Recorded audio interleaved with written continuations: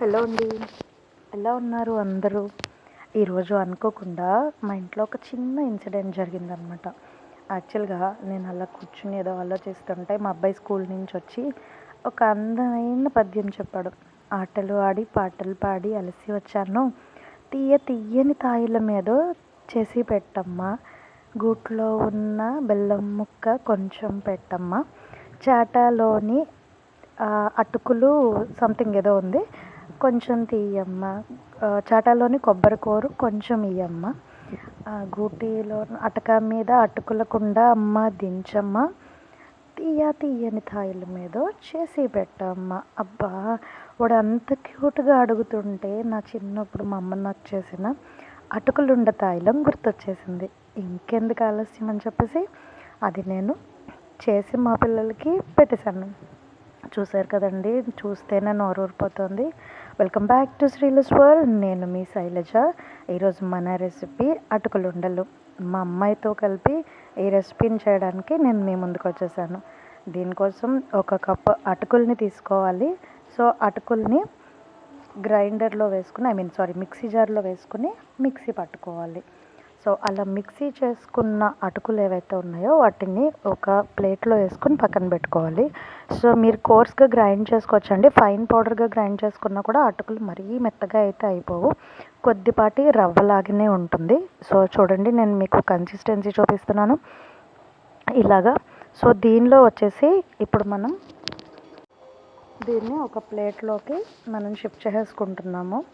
ఆ తర్వాత ఇదే మిక్సీ జార్లో ఇందాక మనం ఏదైతే అటుకుల్ని కొలుచుకున్నామో అదే కప్లో ఒక 1/2 కప్పు కొబ్బరి తురుము, అలాగే ఒక 1/2 కప్పు బెల్లం కలిపి మిక్సీ చేసుకోవాలి. సో ఇవి 1/2 కప్పు మాత్రమే తీసుకోవాలండి. ముక్కలు కానీ కొబ్బరి తురుము కానీ ఏదైనా ఒకటే క్వాంటిటీ. ఎందుకంటే కొబ్బరి బెల్లం కలిసిన తర్వాత ఆ మిక్సర్ ఏదైతే ఉందో అది వచ్చేసి పల్చగా అయిపోతుంది. సో ఎక్కువ కన్సిస్టెన్సీ పట్టదు, మనం పచ్చి శనగలు చేసుకుంటాం కదా, సో అలాగే. సో దీనికి కచ్చాపచ్చాగా దంపుకున్న బెల్లం ముక్కలు, అలాగే ఒక 1/2 కప్పు కొబ్బరి రెండు కలిపి మిక్సీ జార్లో వేసుకుని మిక్సీ పట్టుకోవాలి. సో కొంతమంది అయితే పెద్ద పెద్ద ముక్కలు చేయరు. సో యాజ్ యూ విష్, మీకు ఎలా కావాలో అలాగా విడివిడిగా మిక్సీ చేసుకుని మీరు కలుపుకున్న మీ ఇష్టం.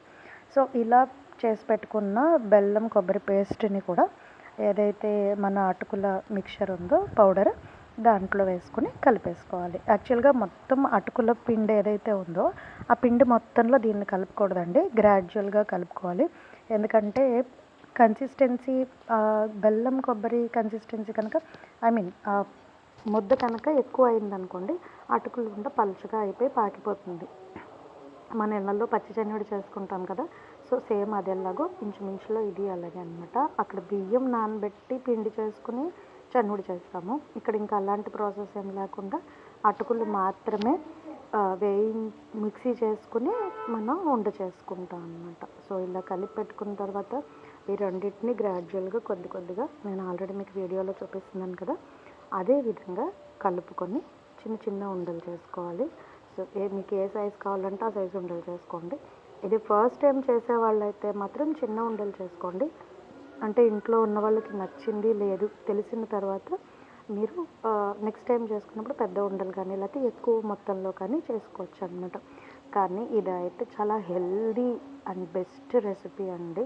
5 నుంచి 10 నిమిషాల్లో అయిపోతుంది. పిల్లలకి ఒక్క ఉండ తింటే ఆకలి కూడా తీరిపోతుంది. అండ్ మా అమ్మ నాకు చిన్నప్పుడు నేర్పించిన రెసిపీ, ఆ రోజు నుంచి ఈ రోజు దాకా నేను ఎన్నిసార్లు చేసినా కూడా నాకు కాంప్లిమెంట్స్ అదే రేంజ్లో అలా వస్తూనే ఉంటాయి అన్నమాట.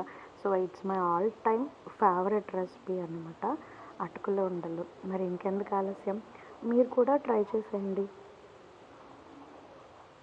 మనం ఏదైనా సరే చేసేటప్పుడు మనం అబ్జర్వ్ చేసిన విధానంలోనూ అలాగే మనం చేసేటటువంటి తీరులోనే మనకు వచ్చే ప్రశంసలు అనేవి ఉంటాయి అన్నమాట.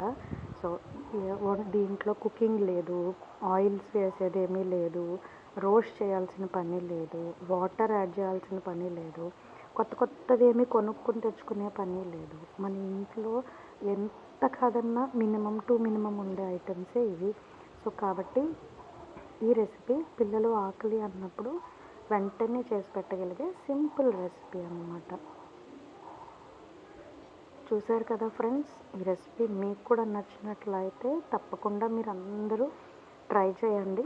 అలాగే మీకు తెలిసిన వాళ్ళందరికీ కూడా ఈ రెసిపీని షేర్ చేయండి.